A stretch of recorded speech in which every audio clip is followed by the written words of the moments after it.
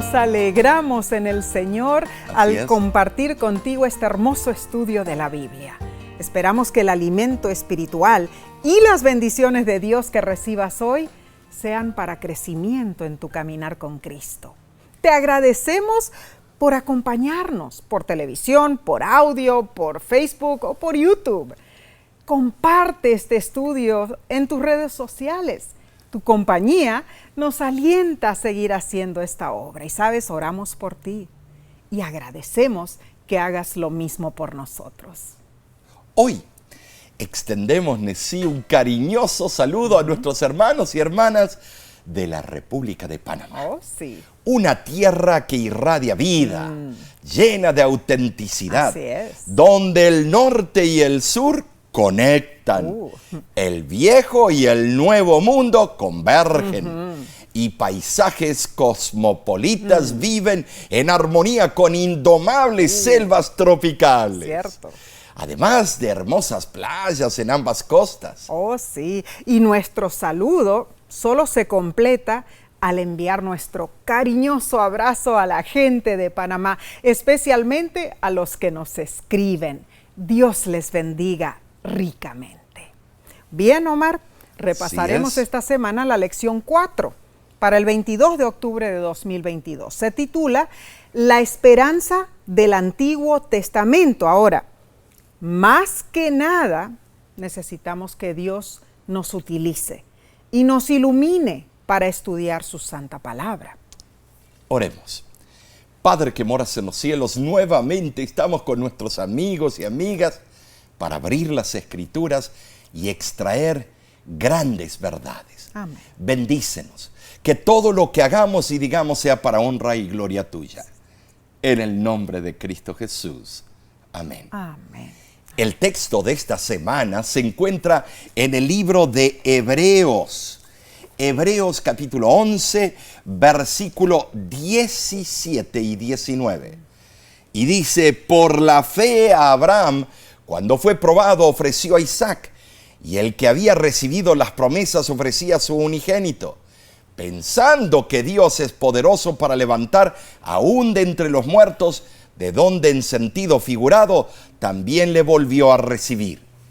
¿Sabes, Nesí? Este caso magistral que se registra en Génesis 22, ya lo hemos visto en diferentes facetas. Sí, cierto.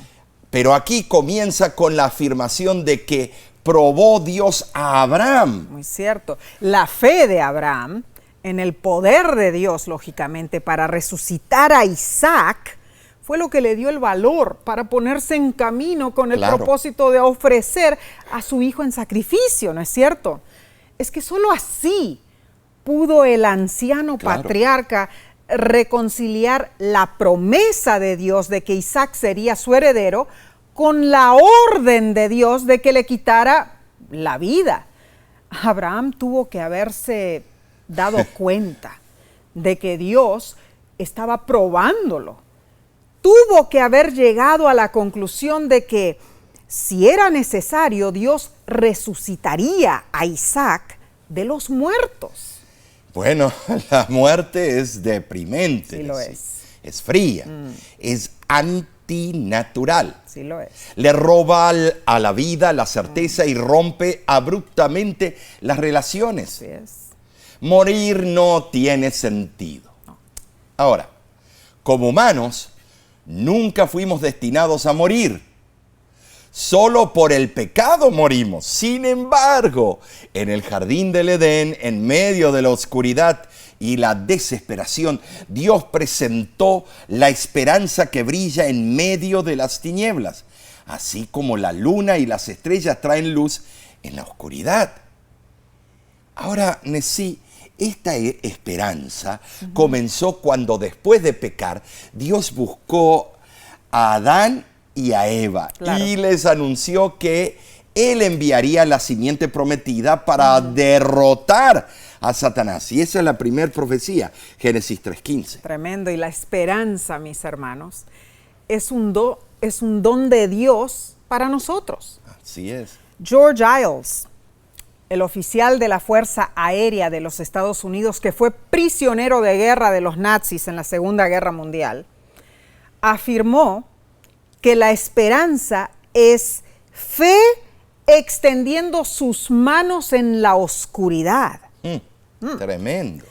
Y Tertuliano, el autor cristiano del primer siglo después de Cristo, escribió lo siguiente: la esperanza es paciencia con la lámpara encendida. Tremendo concepto. Pero, ¿cuál es la diferencia entre la forma en que usamos la palabra esperanza en nuestro diario vivir y la esperanza bíblica? ¿Qué papel juega la esperanza al pensar en el gran conflicto y la conclusión del fin de los tiempos? El libro A fin de conocerle, página 255, afirma lo siguiente: la esperanza del cristiano no está basada en el arenoso fundamento de los sentimientos. Los que obran por principio contemplarán la gloria de Dios más allá de las sombras y confiarán en la segura palabra de su promesa. La esperanza sobre la inmortalidad natural del alma que encontramos en el Antiguo Testamento no está basada en filosofías griegas, sino en la enseñanza bíblica de la resurrección final de los muertos. Pero aún nos preguntamos, ¿cómo podrá resucitar un cuerpo humano que ya no existe? Un cuerpo que fue incinerado en cenizas, o un cuerpo que ha sido echado al mar o destruido por otros medios. ¿Cómo puede alguien que ha estado muerto tal vez durante siglos o incluso milenios recuperar de nuevo su identidad? Estas preguntas nos llevan a reflexionar sobre el misterio de la vida. Bueno, hoy estamos vivos y disfrutamos de la vida porque Dios en su gracia nos concede misericordia. Incluso Nesí, sin comenzar a comprender el origen sobrenatural de la vida, tú y yo sabemos que en el principio Dios trajo la vida a la existencia de lo que no era vida. Así fue. Y ahí está la diferencia entre él y los científicos. Seguro. Mediante el poder de su palabra, la palabra de él tiene poder. Amén. Entonces, si Dios fue capaz de crear vida en la tierra de la nada, que en latín es ex nihilo, ¿por qué deberíamos dudar de su capacidad para recrear la vida humana y restaurar su identidad original? Wow, ¿Por qué? wow. Sí. Fascinante este Fascinante. tema.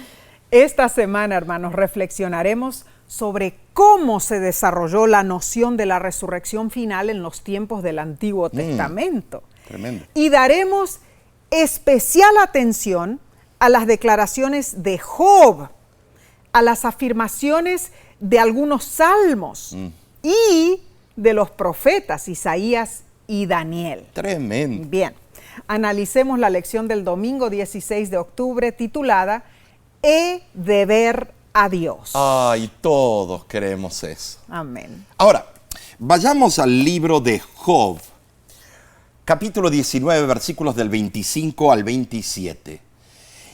Y comienza así: yo sé que mi Redentor vive y al fin se levantará sobre el polvo, y después de deshecha esta mi piel, en mi carne he de ver a Dios, al cual veré por mí mismo, y mis ojos lo verán, y no otro, aunque mi corazón desfallece dentro de mí.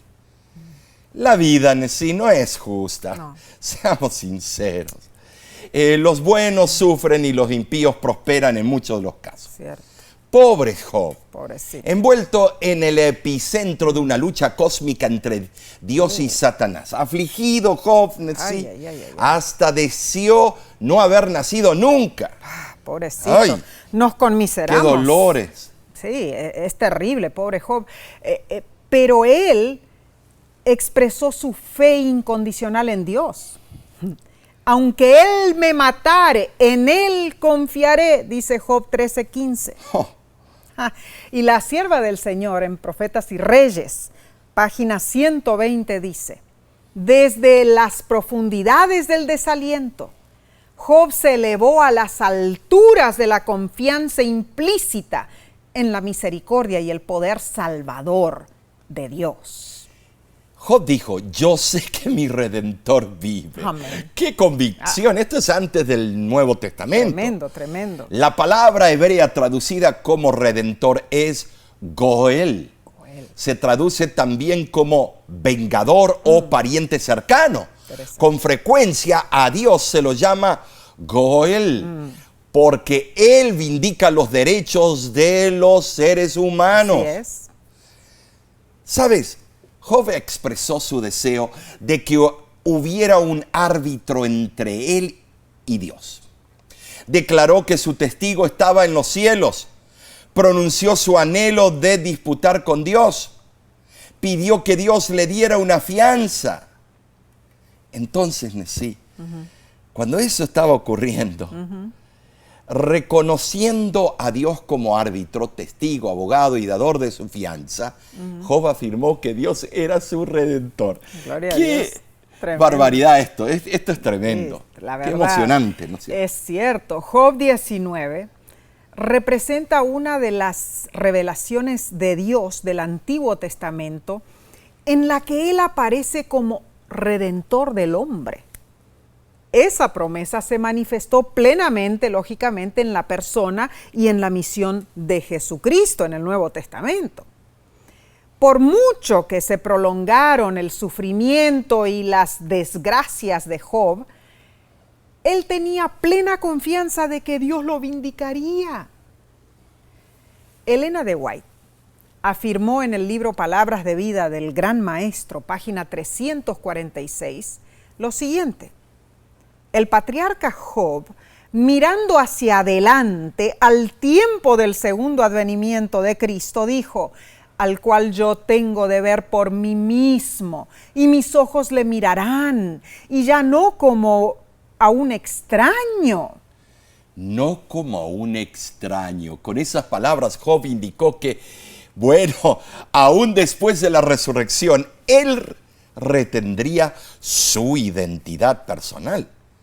El pastor Neil Wilson, quien sirvió como presidente de la Asociación General de la Iglesia Adventista del Séptimo Día desde el año 1979 al año 1990, escribió el artículo La familia de Dios reunida en el Adventist Review, octubre de 1981. Dijo lo siguiente: será la relación con otros lo que más disfrutaremos, lo que hace del cielo nuestra esperanza.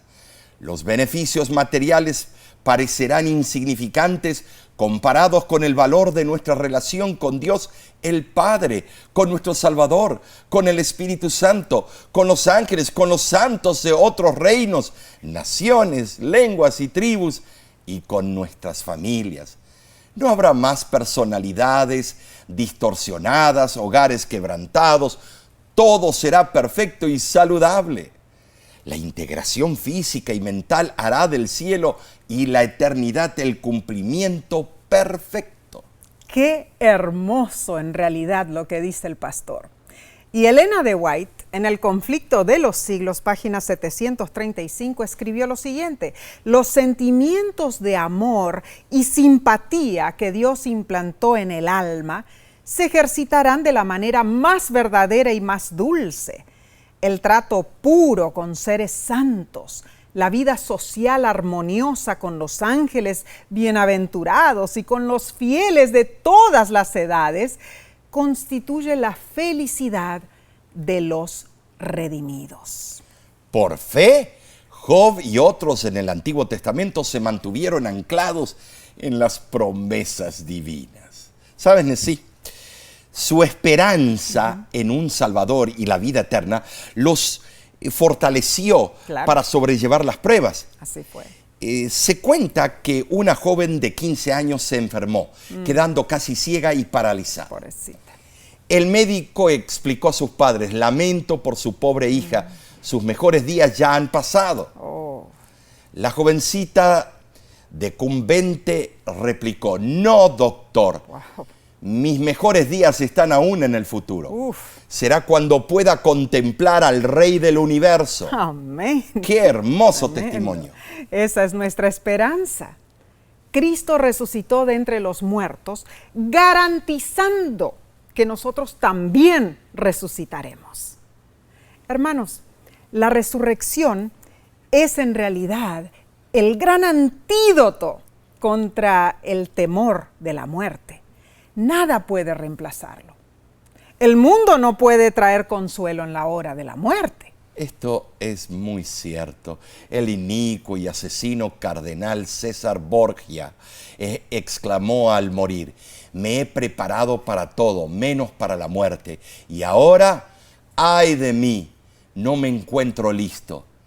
En contraste, las palabras finales de Pablo en 2 de Timoteo capítulo 4, versículos 6 al 8 fueron: porque yo ya estoy para ser sacrificado y el tiempo de mi partida está cercano. He peleado la buena batalla, he acabado la carrera, he guardado la fe. Por lo demás, me está guardada la corona de justicia, la cual me dará el Señor juez justo en aquel día, y no solo a mí, sino también a todos los que aman su venida. Qué hermosa firmeza en las promesas de Dios son esas palabras del apóstol. La lección de este día termina preguntando lo siguiente: ¿cómo podemos aprender a confiar en Dios incluso en medio de la dura injusticia de la vida? Omar, esto no es algo fácil. No. ¿Cómo podemos confiar en Dios como lo hizo Job? Que Dios nos ayude. ¿Cómo podemos confiar en Dios como lo hizo Pablo? Esta niña de 15 años, teniendo esa dificultad tan grande en su vida, ella confiaba en el día glorioso cuando Dios la restauraría. Hermanos, pensamos que es difícil, pero si rogamos a nuestro Padre Celestial que nos dé fortaleza, que en realidad fortalezca nuestra fe, ¿no es cierto? Así entonces tendremos en realidad esa fe imperturbable. Que Dios nos ayude a mantener nuestra fe intacta hasta el día glorioso de nuestra redención. Bien, seguiremos con el estudio del lunes, pero lo haremos en unos segundos. Volvemos enseguida.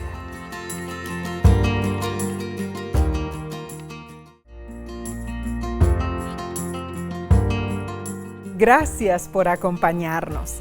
Las promesas de Dios vivifican nuestra alma. Proverbios 35 dice: toda palabra de Dios es limpia. Él es escudo a los que en Él esperan. Sigamos profundizando nuestro estudio con la lección del lunes 17 de octubre titulada Del poder del Sheol. Te invitamos a leer Salmo capítulo 49 y luego hazte la siguiente pregunta. ¿Qué llevó al salmista a estar tan seguro de su resurrección final en contraste con aquellos que perecieron sin esa seguridad? ¿Sabes? Nadie puede rescatar a otro ser humano de la muerte. No. El rescate de una persona de la muerte es el tema de la disertación del salmista. Cierto. Ni aún la sabiduría puede impedir que la persona muera. No. Los ricos parecen no recordar que tarde o temprano todos olvidan el nombre de aquel que una vez poseyó bienes y su recuerdo se borra en el olvido.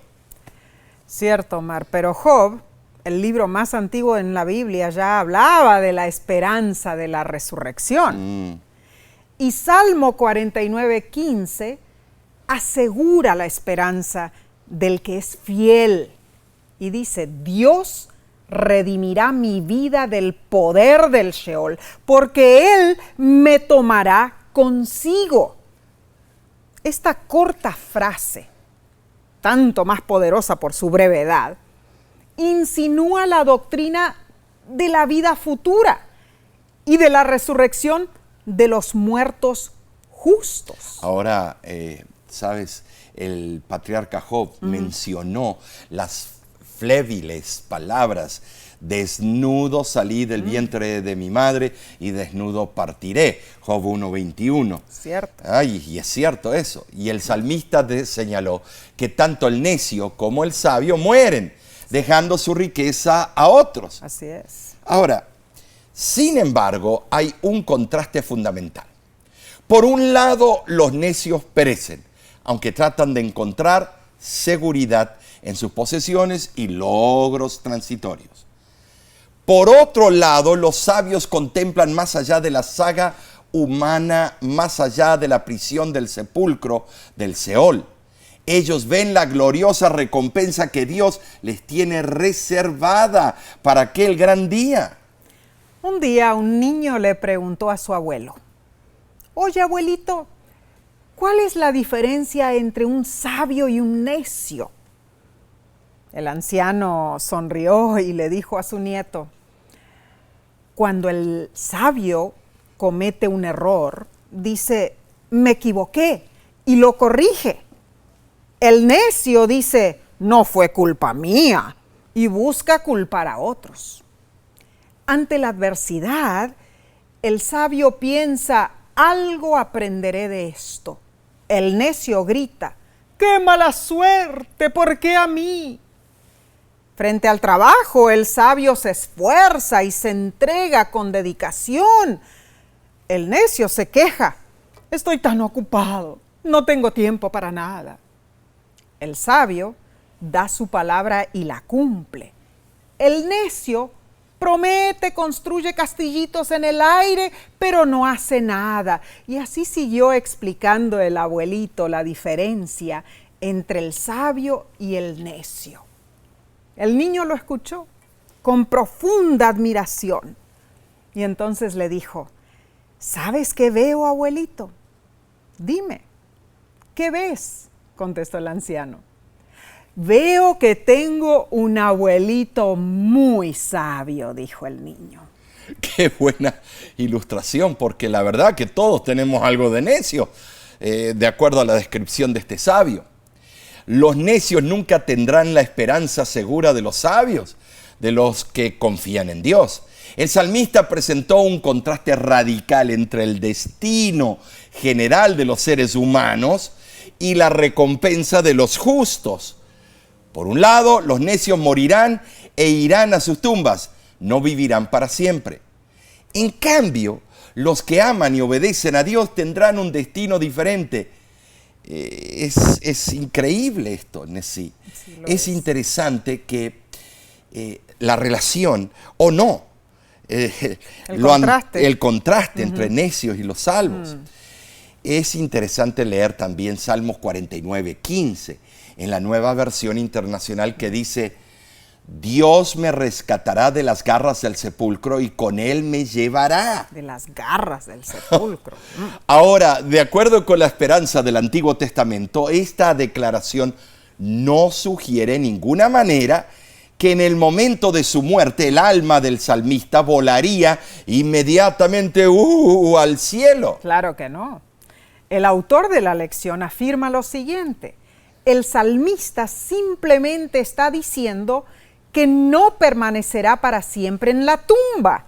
Vendrá un tiempo en que Dios lo redimirá de la muerte y lo llevará a los atrios celestiales. Una vez más, se representa la certeza de la futura resurrección, trayendo esperanza, seguridad y sentido a esta existencia presente. Muy bien dicho. Así los sabios recibirán una recompensa mucho más gloriosa y eterna que la que los necios podrían obtener por sí mismos durante esta corta vida. Y valga la redundancia. Cierto. Mucho más. Ahora, la lección te pregunta, ¿has podido ver la locura de los necios? Aquellos que confían en su propia riqueza y logros. ¿Cómo puedes mantener los ojos en la cruz y protegerte de caer en el mismo error que ellos? Wow. ¿Cómo puedes librarte de ser una persona necia? Tremendo, Omar, esas Tremendo. preguntas. En el libro Mensajes Selectos, tomo 1, página 346, la autora Elena White menciona lo siguiente. El mundo no puede conocer a Dios en su sabiduría humana. Sus sabios obtienen un conocimiento imperfecto de Dios, de sus obras creadas, y luego en su necedad exaltan la naturaleza y sus leyes por encima del Dios de la naturaleza. Los que no tienen un conocimiento de Dios, mediante la aceptación de la revelación que ha hecho de sí mismo en Cristo, obtendrán solamente un conocimiento imperfecto de Él. Y ese conocimiento, lejos de dar conceptos elevados de Dios y de colocar a todo el ser en conformidad con la voluntad divina, convierte a los hombres en idólatras. Profesando ser sabios, se hacen necios. Ay, Omar. Tremendo, tremendo. Increíble. Roguemos, hermanos, roguemos diariamente a Dios que nos inunde con su santa sabiduría. Amén. Amén. Veamos lo que sigue en la lección del martes 18 de octubre titulada De los abismos de la tierra. Bueno, leamos Salmo 71:20 y mira lo que dice. Tú que me has hecho ver muchas angustias y males, volverás a darme vida y de nuevo me levantarás de los abismos de la tierra. Este salmo es una oración pidiendo la ayuda de Dios en la vejez del salmista. Cierto. Las palabras usadas podrán haber sido una alusión de una tremenda depresión y un enorme sufrimiento, como si la tierra estaba tragando a David. Ay, ¿cómo enfrentaremos cada uno de nosotros los momentos antes de la muerte? Pero, según la Biblia de estudio de Andrews, página 727, lo que dijo David fue también alusorio a una resurrección física. Interesante. Ahora, David expresó su certeza de que Dios lo rescataría de las profundidades de la angustia y lo pondría en un lugar seguro. En medio de sus vicisitudes, él se amparó en una esperanza para el futuro, que se fundaba en su recuerdo del pasado, de cómo Dios lo había protegido antes. Menciona el mismo Salmo la declaración de David de que él ha dependido de Dios desde que nació. Y David también reconoció que Dios le había enseñado desde su juventud. Y el libro Joyas de los Testimonios, tomo 1, página 172, lo corrobora. Y dice, al considerar su pasado, David también mira hacia el futuro, especialmente al tiempo de la vejez. Y al contemplar las vicisitudes de la vejez, se siente necesitado de gracia especial. O sea, si Dios había sido el amparo y la fortaleza de David cuando gozaba de la plena fuerza viril, con mayor razón debería ser su apoyo en la vejez, cuando lo acosaran las debilidades físicas y mentales y el desánimo. La plegaria del Salmo 71 se debe a que David comprendió que el transcurso de los años ocasiona pesares a las personas. Lo que sucedió fue que en vez de estar en la cima de la montaña, en un lugar seguro, David se había hundido hasta el punto más bajo. Se había hundido, por así decirlo, en la mismísima tierra. Omar, ¿qué situación habrá sido esa de David, tremendo. no es cierto? Sin embargo, desde esa condición tan baja, David se sintió seguro de que Dios lo levantaría y le devolvería felicidad y seguridad. Calvino una vez dijo, debemos ser llevados hasta las puertas de la muerte antes de que Dios pueda ser visto como nuestro libertador. Impresionante, Sí. Tremendo pensamiento Sí, de este reformador. Muchas veces la persona solo se percata de su angustiante situación cuando está al borde de la muerte Cierto. o cuando se encuentra en desesperación. Así es. Ahora, los estoicos atribuyen los sucesos y eventos de la vida al destino. Los epicúreos los aplican a la fortuna. Pero David claramente exclama que Dios está al control de todo. Entonces, sí, estos filósofos y los otros siempre tratando de explicar. Ahora, podemos decir que Salmo 71:20 es una insinuación a los hombres que han caído en un pozo de agua profundo.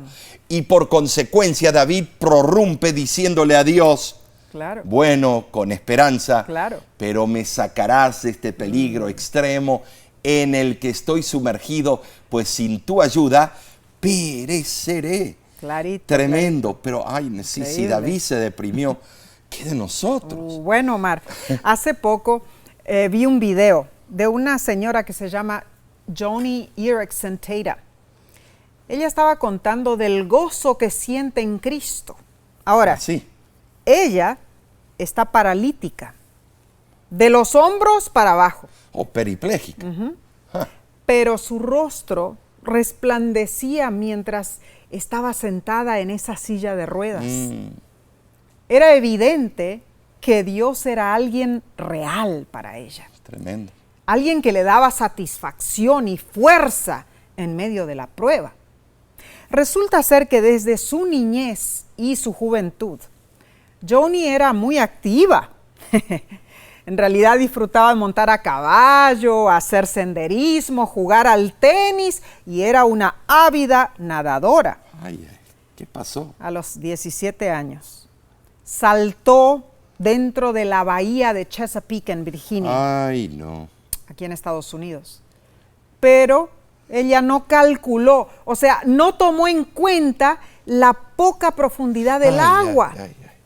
Y el accidente causó una fractura en sus vértebras cervicales y Joni quedó tetrapléjica. Pero en ese video, Joni era una demostración indudable del poder divino, mis hermanos. A pesar de su situación, ella demostraba fehacientemente la gracia y la gloria del Señor. Lo cierto es que el sufrimiento puede ser una plataforma para desplegar el poder de Dios. Tremendo. Hermanos, algunas veces ese poder de Dios se muestra por medio de una liberación milagrosa y otras mediante la gracia que Dios nos da para soportar con una actitud positiva un problema persistente en nuestra vida. Al experimentar la bondad y el cuidado de Dios, debemos comprometernos a confiar en Él en cada escena futura de la vida. Así lo hizo David, incluso en los momentos difíciles. Él reposó su confianza en Dios.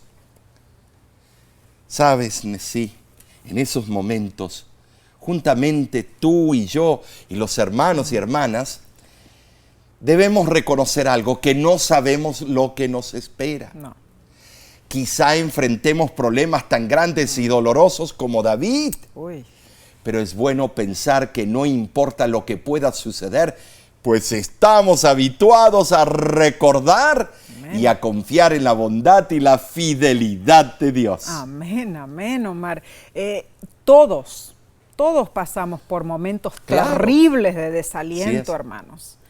Sin embargo, el pensar que Dios ha estado con nosotros en el pasado puede ayudarnos a seguir adelante con fe y confianza.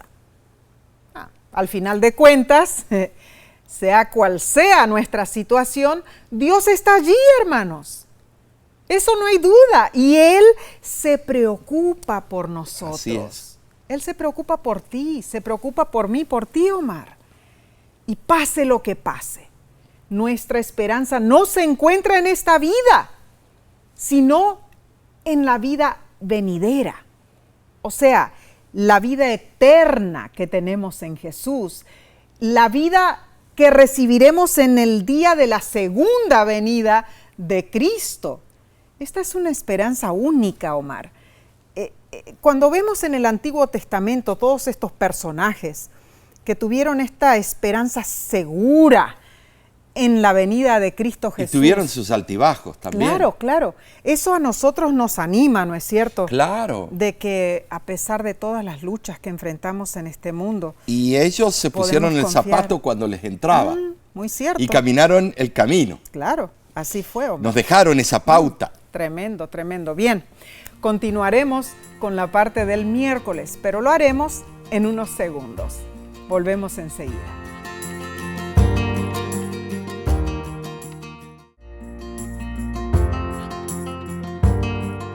Esta lección nos está haciendo reflexionar. Omar, reflexionar en puntos personales de nuestra vida. Pero sigamos con el estudio del miércoles 19 de octubre titulado Tus muertos vivirán. Oh, tremendo título. Así es. Para ver el contraste entre los que perecerán para siempre y los que recibirán vida eterna, leamos, ¿qué les parece? Isaías 26, 14 y 19. Y dice así: muertos son, no vivirán. Han fallecido, no resucitarán, porque los castigaste y destruiste y deshiciste todo su recuerdo. Tus muertos vivirán, sus cadáveres resucitarán.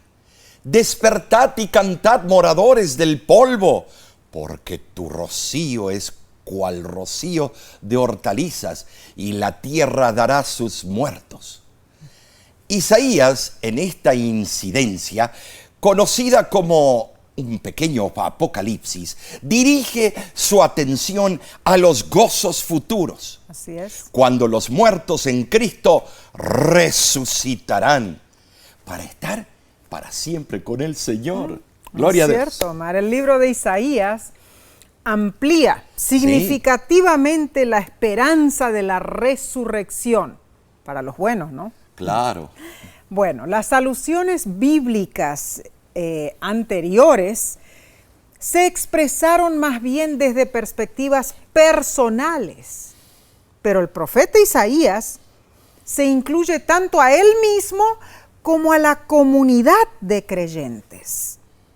Y el autor de la lección añade: Isaías 26 contrasta los distintos destinos de los malvados y los justos. Por un lado, los impíos permanecerán muertos, sin volver jamás a la vida, al menos después de la muerte segunda. Serán completamente destruidos y su memoria perecerá para siempre. Este pasaje subraya la enseñanza de que no hay almas sobrevivientes o espíritus que permanezcan vivos después de la muerte. Por otro lado, los muertos justos resucitarán para recibir su bendita recompensa. Isaías 25:8 destaca que Dios devorará la muerte para siempre y enjugará las lágrimas de todo rostro. Isaías enfáticamente afirma que los justos resucitados participarán en la gozosa fiesta que Dios preparará en aquel día. Isaías 25:6. La resurrección final va a reunir a todos los justos de todos los tiempos, incluyendo tus amados y los míos que murieron en Cristo. Entonces, Nesí, con esa esperanza en el corazón, amén, con estas maravillosas promesas, ¿aún te preguntas por qué es importante la esperanza? Oh. Hermano, hermana, nosotros somos salvos por la esperanza. Amén. Sin esperanza estamos perdidos. Así es. Siempre lo explicamos de diferentes maneras. Tú ya conoces los métodos. Somos salvos por la fe, Nesí. Amén. Somos salvos por la sangre de Jesús. Amén. Somos salvos por la gracia de Dios. Amén. Pero, ¿qué de la verdad de que somos salvos por la esperanza? Bueno, sin embargo, así lo afirma la Biblia. Tenemos la esperanza en el sacrificio de Jesús como medio de nuestra salvación. Tenemos la esperanza en Jesús de la resurrección gloriosa en el día final. También tenemos la esperanza en la promesa de Jesús, de que estaremos con Él para siempre. Tenemos la esperanza en el poder de Jesús para cumplir todo lo que prometió. Y tenemos la esperanza en que Jesús culminará el gran conflicto con una victoria eterna. Lo cierto, hermanos, hermanas, es que si practicamos una fe que solo mira hacia atrás, no podremos ser salvos. Omar, me gusta mucho cómo lo explicó el autor Peter Anderson. Él dijo, la esperanza es fe en el tiempo futuro. Tremendo. ¿No? Estoy de acuerdo. Necesitamos mirar hacia adelante. Claro. Abrazando una esperanza tangible en sí. Así sea. Es interesante leer Romanos 8:24. A ver. Pero la esperanza que se ve ya no es esperanza. ¿Quién espera lo que ya tiene? Piensa en esto. ¿Cómo puedes decir espero recibir un lindo regalo de cumpleaños cuando ya viste lo que tu esposo o tu esposa te ha comprado? O peor aún, sí, cuando le dijiste que qué regalo debía comprar, si ya lo viste, ya no tienes esperanza de recibirlo. No, de ninguna manera. Y esto me hace recordar algo, Omar. A ver. Hace 2 años, como no íbamos a poder ver a nuestros nietos durante la Navidad, decidimos enviar a cada uno, a Oliver y a Isabel, un regalito. Pero lo enviamos en una caja y le dijimos a nuestra hija Nadine que escondiera la caja hasta la Navidad, para que fuera sorpresa, lógicamente. Y ella así lo hizo, ¿te acuerdas? Pero 2 días antes de la Navidad, antes de esa fecha, Nadine fue a buscar la caja con los 2 regalos y se dio cuenta de que ya había sido abierta. Y los regalos no estaban allí, Omar. Pero Nadine no dijo nada. Más bien, empaquetó 2 cajas vacías. Y en el momento indicado, Nadine les dijo, Oli, Izzy, estos regalitos son para ustedes de parte de Yaya y Papush. Y nos contó Nadine, no sé si te acuerdas, nos contó que nuestros nietos abrieron sus ojos sorprendidos. Bueno, cada uno tomó su caja, la abrió rápidamente y vieron que no había nada dentro. Y Oli fue el que exclamó, pero aquí no hay ningún regalo, mami. Y Nadine les dijo, bueno, ustedes abrieron los regalos antes de tiempo. Ya no hay más regalos. Tremenda lección. Sí, es que no tiene gracia esperar lo que ya tenemos, hermanos. Imagínate en sí algo. Yo diría, si no tuviéramos ninguna esperanza, ninguna seguridad, ninguna razón para creer que nuestra muerte no es el final de todo. Imagínate lo que sería. O peor aún, que todos los que nos hayan conocido van a desaparecer. Sería como si nunca hubiéramos existido, como si nuestra vida nunca hubiera significado nada en absoluto. ¿Cómo contrasta este destino tétrico con la esperanza que atesoramos? Bueno, hay mucha diferencia porque Cristo es la resurrección y la vida. Él pagó el máximo precio para que tengamos vida en abundancia. Y esa promesa nunca se borrará. Permanecer, o bueno, podemos decir, permanecerá hasta el día cuando Cristo la haga una realidad. Y esto podemos estar seguros. Es que es una esperanza completamente segura en Cristo Jesús. Hay poder en Cristo Jesús, hermanos. Y Omar, cuando pensamos en esto, nuestra razón de vivir en verdad yace en las promesas de Cristo Jesús. Así es. ¿No es cierto? Si no fuera así, no tendríamos razón de seguir viviendo. La vida sería hueca y vacía, sin propósito alguno.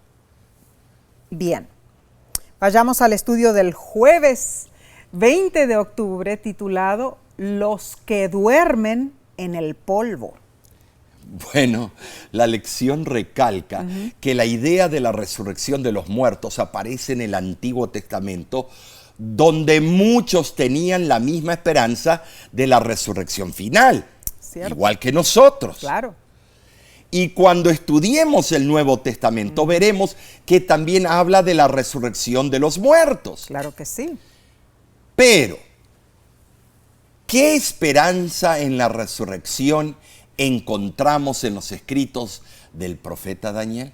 Bueno, Daniel, capítulo 12, versículos del 1 al 3, dice así: En aquel tiempo se levantará Miguel, el gran príncipe, y será tiempo de angustia cual nunca fue desde que hubo gente hasta entonces.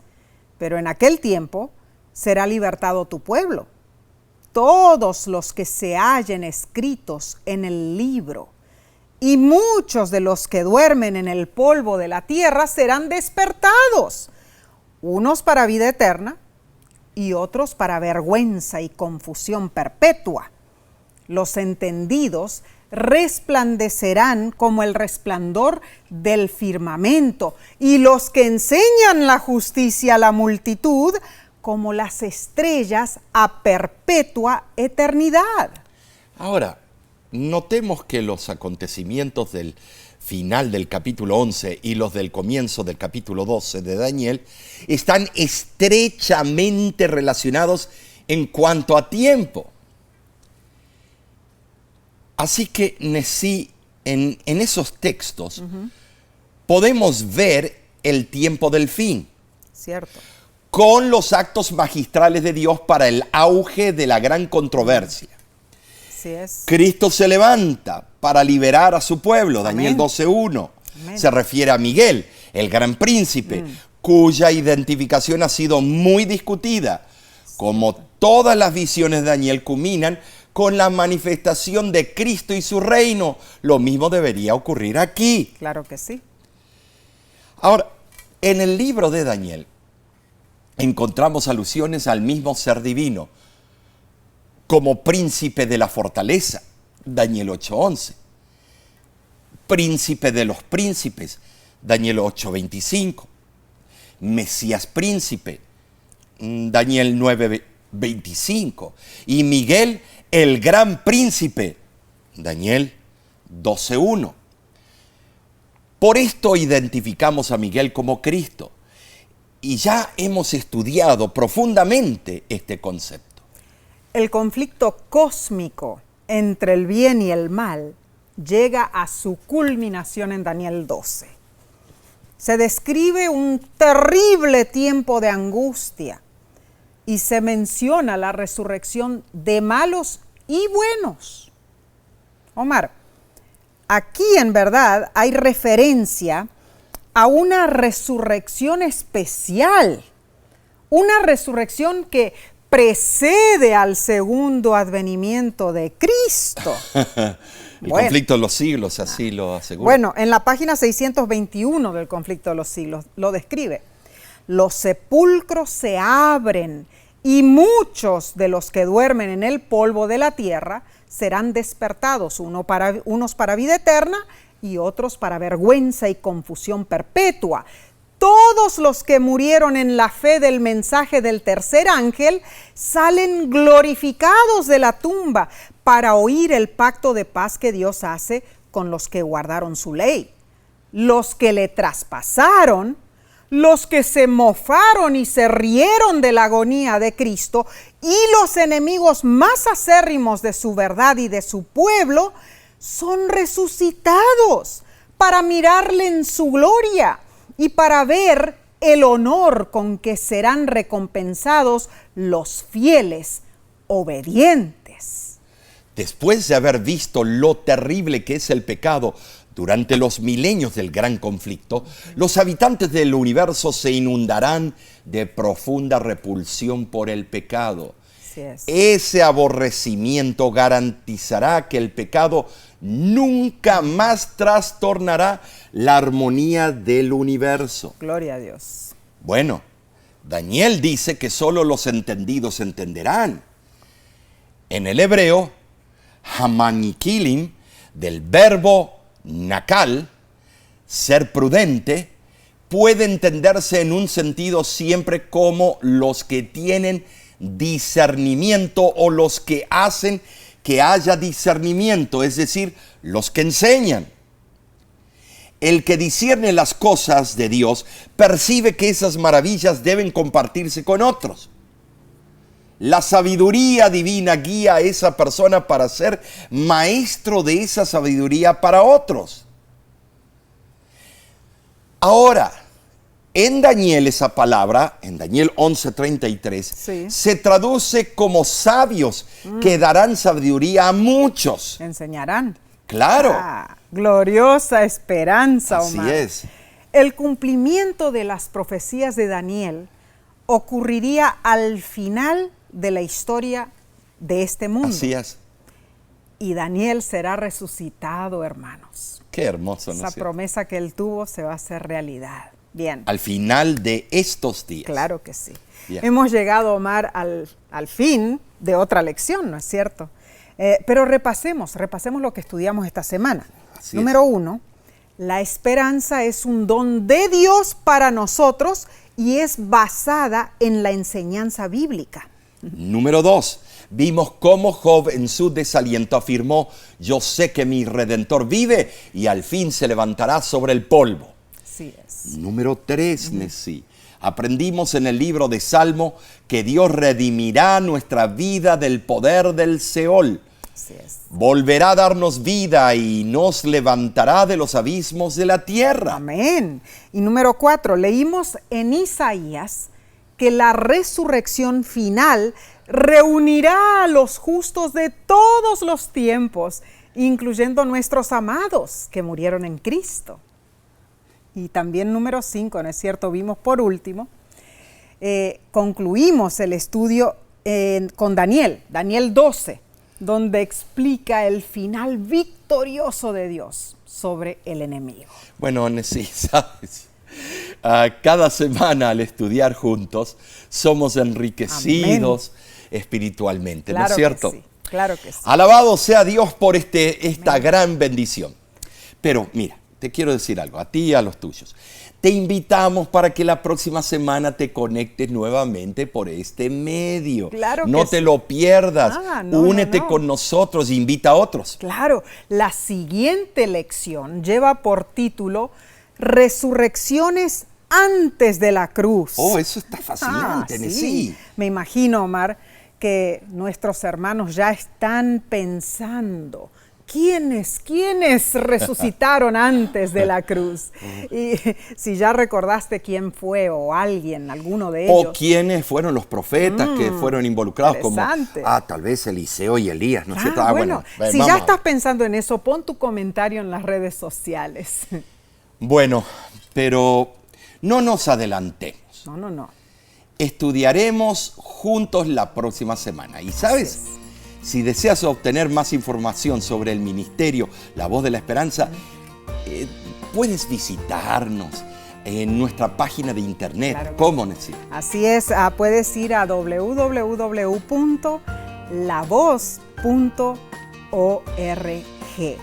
Y además tenemos nuestra aplicación. Claro. La aplicación para los móviles, ¿no es cierto? Puedes allí bajarlos y de esta manera podrás tener todos los materiales disponibles de parte del ministerio La Voz de la Esperanza, de nuestra parte. te decimos a ti, Dios te bendiga y te guarde. Dios haga resplandecer su rostro sobre ti y tenga de ti misericordia. Dios alce sobre ti su rostro y ponga en ti paz. De nuestra parte te decimos hasta la próxima semana. Que Dios te bendiga ricamente.